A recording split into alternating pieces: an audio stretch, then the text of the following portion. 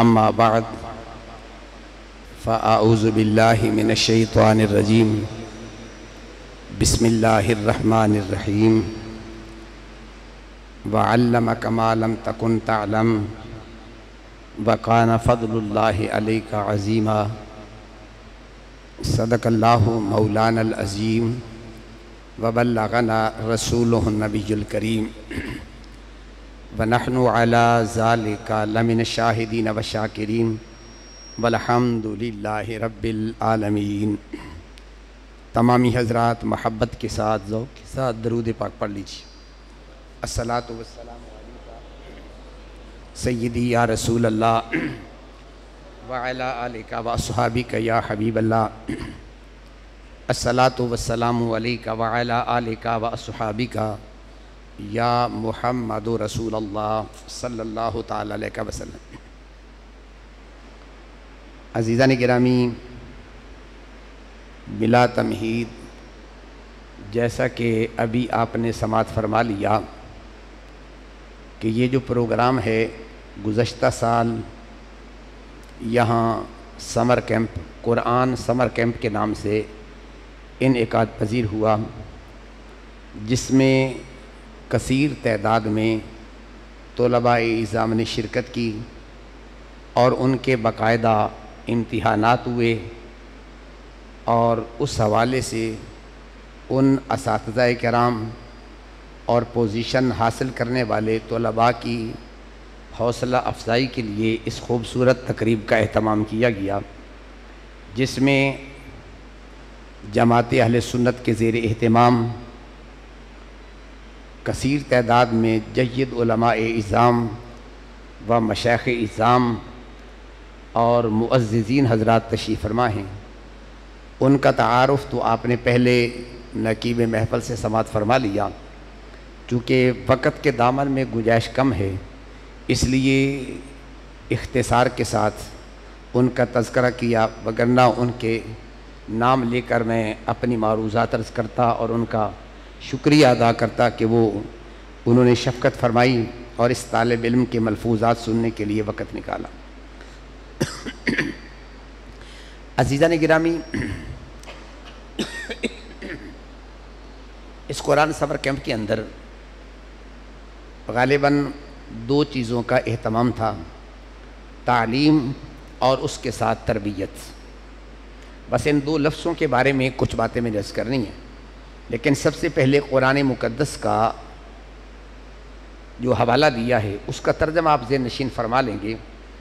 اللہ تبارک و تعالیٰ نے محبوب کریم علیہ السلام کے وصف علم کو بیان کرتے ہوئے ارشاد فرمایا وَعَلَّمَكَ مَا لَمْ تَكُنْ تَعْلَمْ۔ اے پیارے محبوب کریم علیہ السلام، آپ کو ہم نے وہ کچھ سکھا دیا جو آپ نہیں جانتے تھے۔ اس کے بعد فرمایا وَكَانَ فَضْلُ اللَّهِ عَلَيْكَ عَظِيمًا، یہ آپ پر اللہ کا فضل عظیم ہے۔ اب یہاں ایک بات عرض کروں گا بحیثیت طالب العلم۔ قرآن مقدس کا جب ہم مطالعہ کرتے ہیں تو اللہ تبارک و تعالیٰ نے دو چیزوں کے ساتھ عظیم کا لفظ بولا، دو چیزوں کو اللہ کریم نے عظیم قرار دیا۔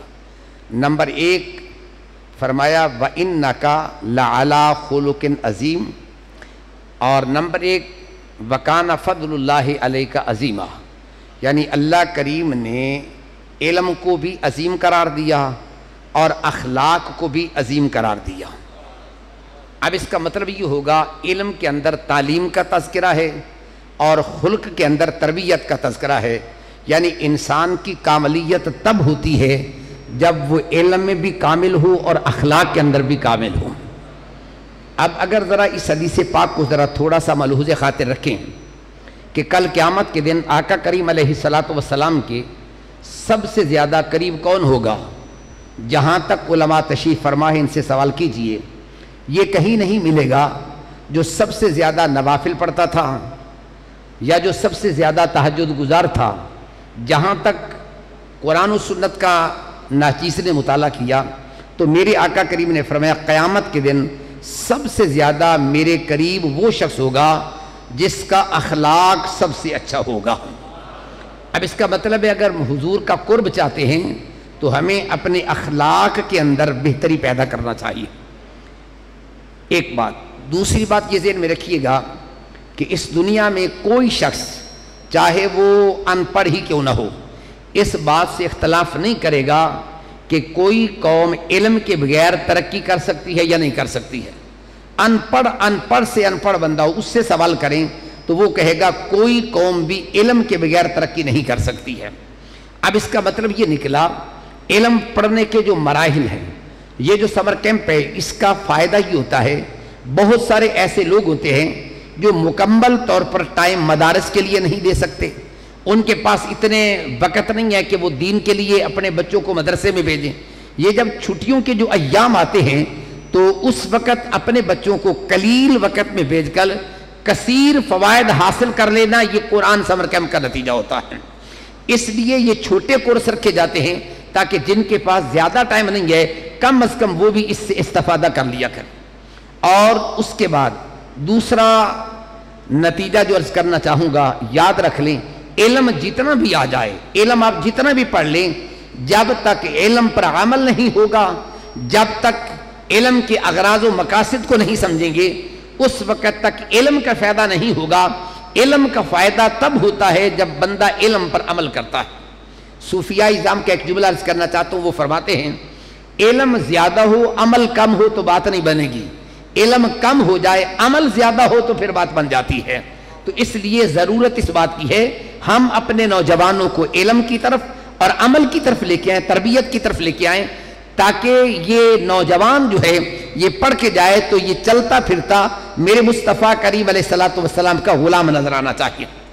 آج ایک جگہ پر دوستوں سے بڑی تفصیل سے گفتگو ہو رہی تھی تو میں نے عرض کیا تھا کہ ہم جس وقت دیکھتے ہیں آقا کریم علیہ السلام نے جو انقلاب برپا کیا تھا اس میں پہلا بنیادی جو نقطہ تھا وہ کیا تھا؟ وہ تھا رجال سازی کا، بندوں کی تربیت کا. یعنی آپ نے جہاد کا اعلان نہیں کیا، کسی شے کا اعلان نہیں کیا، بلکہ یوں کہہ لیجئے بھی نماز کا بھی اعلان نہیں کیا.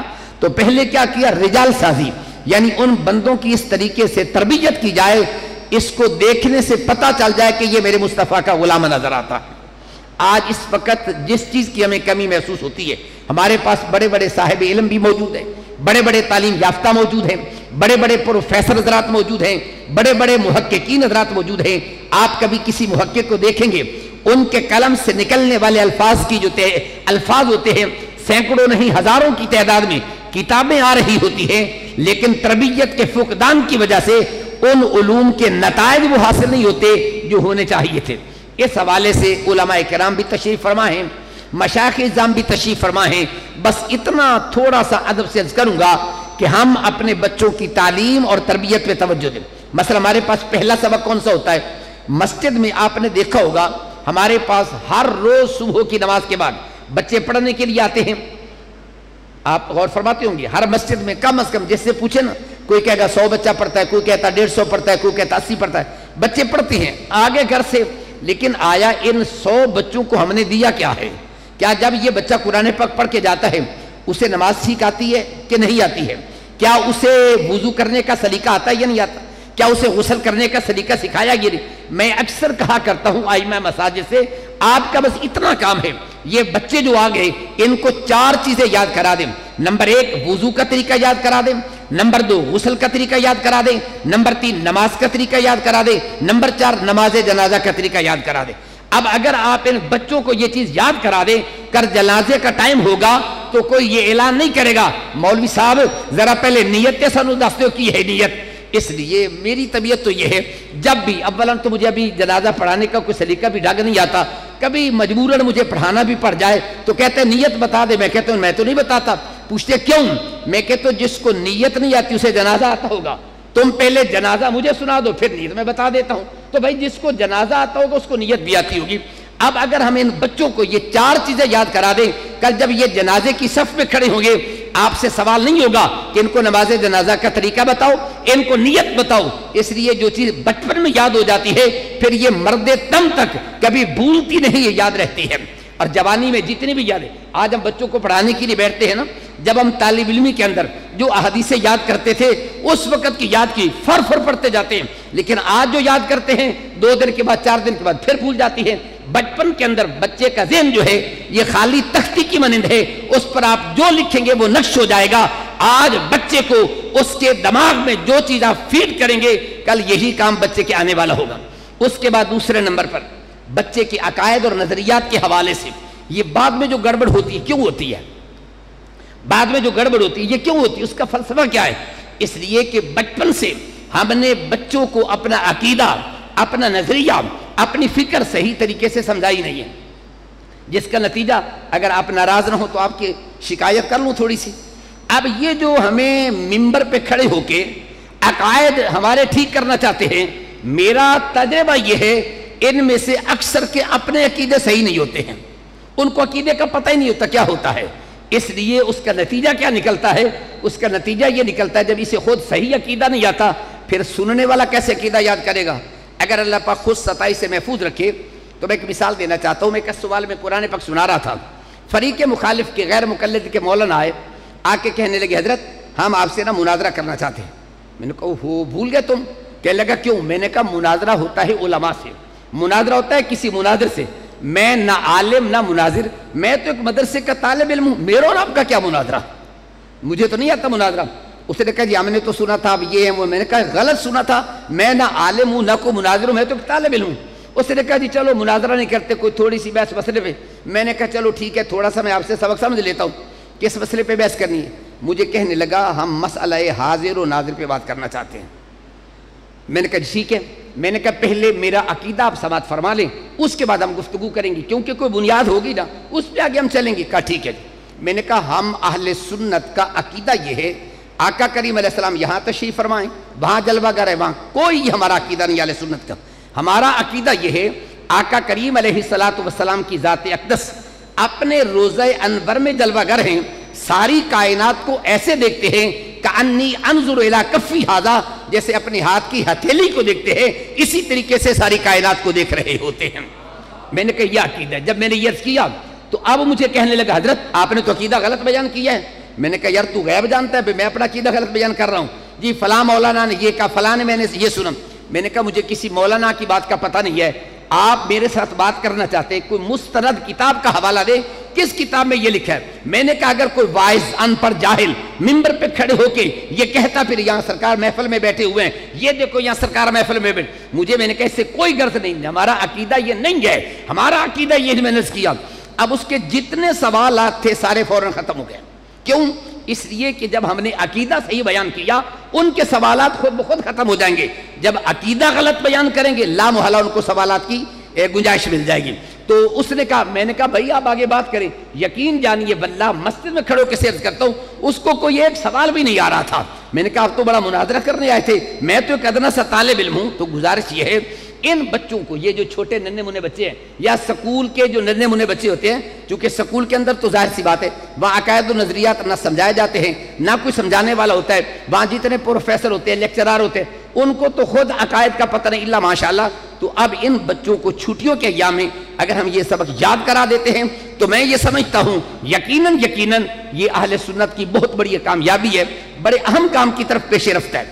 ایک کام آخر میں دو کام عرض کر کے میں بات کو ختم۔ پہلا کام کیا ہے؟ جتنے علماء تشریف فرما ہیں ان سے عرض کروں گا بار دیگر کہ مساجد میں جتنے بچے آپ کے پاس پڑھنے کے لیے آتے ہیں آپ اپنے اوپر فرض کر لیں کہ 4 چیزیں ضرور یاد کرانی ہیں: وضو، غسل، نماز جنازہ۔ یہ 4 چیزیں آپ کے ہر بچے کو آنی چاہیے، ٹھیک ہے؟ اس کے بعد دوسرے نمبر پر آپ کے پاس جو بچے آتے ہیں نا ان کو 2 سبق اور یاد کرا دیں۔ بچے کو پہلے دن یہ سبق یاد کرائیں، آپ گھر میں جائیں تو اپنے والدین کی قدم بوسی لازمی کریں، 10 بوسی لازمی کریں۔ یہ سبق آپ یاد کرا دیں، قسم سے کہتا ہوں یہاں سے پہلا سبق ادب کا شروع ہوگا سب سے پہلے نمبر، تاکہ یہ بچہ مسجد سے کھڑا ہو کے جائے نا، 2 دن لگائے، 4 دن لگائے، ہفتہ لگایا، اگر وہ والدین کی 10 بوسی کرتا ہے نا تو وہ سمجھے کہ میرا بیٹا کسی اچھی جگہ پہ چلا گیا ہے۔ اور میں قسم سے کہتا ہوں جب بھی بچے آپ کے پاس پڑھنے آئیں گے آپ کی پینا فلکس پہ نہیں آئیں گے، آپ کے اشتہار پہ نہیں آئیں گے، اس بچے کی تربیت کو دیکھ کے بچے آپ کے پاس آ جائیں گے۔ پہلا سبق ان کے یہ بات یاد کر۔ دوسرے نمبر پہ بچے کو یہ یاد کرا دے بیٹا گھر میں جائیں تو آپ نے کسی کو گالی نہیں نکالنی ہے، یہ جملہ ذہن میں رکھیے۔ بچے کو یہ سمجھا دیں گالی یہ تھوڑا سا مشکل لفظ ہے، ہو جائے گا یاد. بچے کو کیا سمجھانا ہے؟ اسلام میں گالی کا تصور ہی نہیں ہے یار، قسم سے کہتے ہیں. قرآن تو اس حد تک پیغام دیتے ہیں وَلَا تَسُبُّوا الَّذِينَ يَدْعُونَ مِن دُونِ اللَّهِ فَيَسُبُّوا اللَّهَ عَدْوًا بِغَيْرِ علم. فرمایا کافروں کے جھوٹے خدا کو بھی گالی نہ دو، وگرنہ وہ جواب میں تمہارے سچے خدا کو گالی دیں گے. آج لوگ علماء سے متنفر بدظن کیوں ہو رہے ہیں؟ ہمارے وارثان محراب و منبر جب منبر پہ بیٹھ کے ایک دوسرے کو گالی گلوچ دیتے ہیں، کتے بلے کہتے ہیں، کیا آپ یہ سمجھتے ہیں کہ یہ دین کا کام ہو رہا ہے؟ آپ کیا سمجھتے ہیں آپ کے اس رویے اور طرز عمل کی وجہ سے لوگ دین کی طرف آ جائیں گے؟ قسم سے کہتا ہوں نہیں آئیں گے. اس زبان کو بدل لیجئے، اس لغت کو بدل لیجئے، اس طرز عمل کو بدل لیجئے. میرے محبوب نے فرمایا سب سے زیادہ قریب میرے وہ شخص ہوگا جس کا سب سے زیادہ اخلاق اچھا ہوگا. تو یہ ہمارا فرض بنتا ہے. آج پھر ہمارے نوجوان اکثر جاتے ہیں نا، پوچھتے ہیں جی اس فتن کے دور میں وہ بھی ہے وہ. میں نے آج بھی بچوں کو کہا، میں نے کہا طلباء کا یہ کام نہیں ہے. مجھے بچے ایک سوال کر رہے تھے کہ جو فتنے ہیں، بس آخری بات سمجھا کے میں بات کو سن، ان کا ہم دفاع کیسے کریں؟ میں نے کہا آپ کا کام ہی نہیں ہے، چھوڑ دے دفاع. طالب علم کا کام نہیں ہے فتنے کا دفاع کرنا، یاد رکھو. میں نے ان کو مثال دی، میں نے کہا ایک آدمی کو جنگ کرنے کا طریقہ نہیں آتا، اسلحہ چلانے کا ڈنگ نہیں آتا، گن چلانے کا طریقہ نہیں آتا. کیا کوئی سمجھدار جرنیل اس کو بارڈر پہ بھیجے گا جنگ کرنے کے لیے؟ کیوں نہیں بھیجے گا بھائی؟ حالانکہ وہ جذبہ جہاد لے کے آیا نہیں. میں نے کہا اس کو تب بھیجا جاتا ہے پہلے اسے گن چلانے کا طریقہ بتایا جاتا ہے، اسے جنگ کرنے کا ڈھنگ سکھایا جاتا ہے. جب وہ اسپیشلسٹ ہو جاتا ہے، جنگ کرنے کا ڈھنگ آتا ہے، مجاہد بن، پھر کہا جاتا ہے تو میدان میں نکلو. اس سے پہلے اگر بھیجو گے تو نقصان ہوگا. اسی طرح طالب علم کا علم ابھی کچا ہے، اس کا ذہن پختہ نہیں، علم پختہ نہیں ہے. اگر یہ فتنوں کا دفاع کرے گا نتیجہ کیا نکلے گا؟ جب یہ فتنے کا دفاع نہیں کر سکے گا فتنہ تم پہ حاوی ہو جائے گا. تمہارا کام ابھی تیاری کرنا ہے، یہ علماء کا کام ہے. طلباء کو ایک ہی پیغام دے دو، وہ تعلیم پہ توجہ دے، تعلیم پہ توجہ دے، تعلیم پہ توجہ دے. جب طالب علم تعلیم کے اندر مضبوط ہوگا پھر فتنوں کا دفاع بھی کر لے گا، یہ سارے کام کر لیا کرے گا. یہ چند معروضات میں نے بحیثیت طالب العلم عرض کی ہیں. دعا کرے اللہ تعالیٰ مجھے بھی عمل کی توفیق عطا فرمائے، آپ کو بھی اور ہم سب کو اللہ دین سمجھنے کی توفیق عطا فرمائے. وما علیہ الا البلاغ.